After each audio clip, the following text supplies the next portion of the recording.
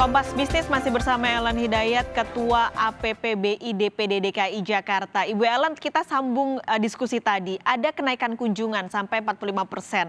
Tapi pembelian juga meningkat nggak Bu, laporan dari tenan?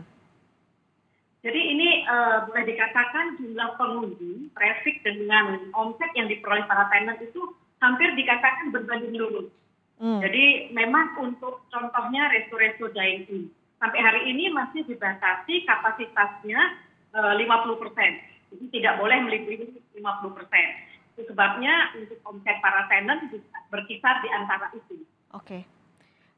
Lebaran akan menambah penjualan nggak nih Bu kira-kira?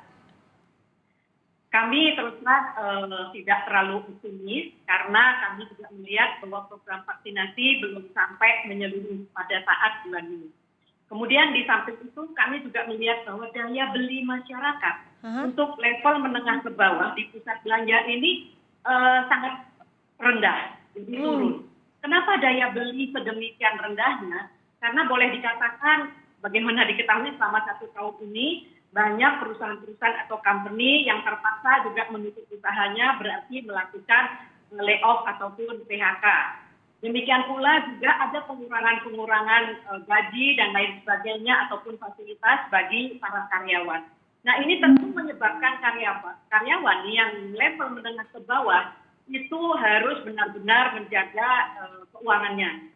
Ya, boleh dikatakan tabungan juga sudah berat, sehingga daya beli untuk membeli produk-produk yang biasanya mereka lakukan tentu harus agak menahan diri. Berbeda dengan pusat belanja yang melayani customer menengah ke atas.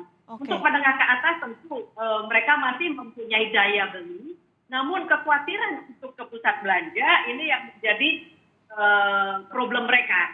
Itu juga menyebabkan mereka bertahan dan tidak banyak berbelanja, kecuali memang sangat membutuhkan ya untuk produk-produk harian dan lain sebagainya. Jadi daya beli ini menjadi sesuatu yang kami lihat akan menjadi problem bila mana pergerakan ekonomi tidak cepat bisa bergerak kembali. Oke, jadi menarik, menengah atas daya belinya ada tapi takut, sementara menengah bawah daya belinya rendah, tapi terbilang tidak setakut ketika kelas menengah atas untuk pergi ke pusat perbelanjaan, seperti itu Bu? Benar. Oke, nah tadi Bu Ellen juga cerita PHK sudah terjadi 30-40%. Laporan sepanjang pandemi ini Bu, sudah berapa banyak tenan yang tutup?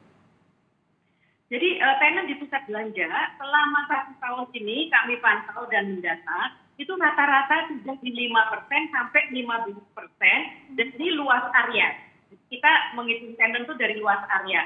Misalnya suatu mall areanya adalah 60.000 meter persegi, maka mereka kadang-kadang sudah antara 5 sampai 15% itu sudah tidak ada. Kenapa demikian? Karena tenan-tenan itu ada yang melakukan kebetulan kontrak habis tidak memperpanjang. Ada yang melakukan juga early termination, jadi belum jatuh tempo kontraknya tapi sudah menutup usaha. Kemudian ada juga yang mau meneruskan tetapi mengecilkan tempatnya. Nah ini semua terjadi tentu kami melihat bahwa sebenarnya sebelum pandemi itu banyak ada perusahaan-perusahaan retail yang ingin membuka ataupun mungkin sudah berencana membuka. Tetapi yang kita lihat adalah tidak adanya kepastian berusaha di bidang retail, karena selama ini peraturan-peraturan yang dikenakan kepada pihak pusat belanja maupun retail adalah tiap 2 minggu sekali. Bagi pengusaha, mereka memerlukan suatu kepastian berusaha sehingga mereka bersedia untuk melakukan investasi.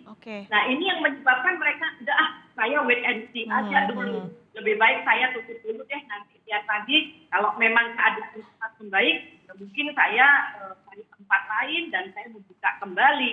Nah ini yang menyebabkan saya mengatakan bahwa terjadinya perlambatan ekonomi.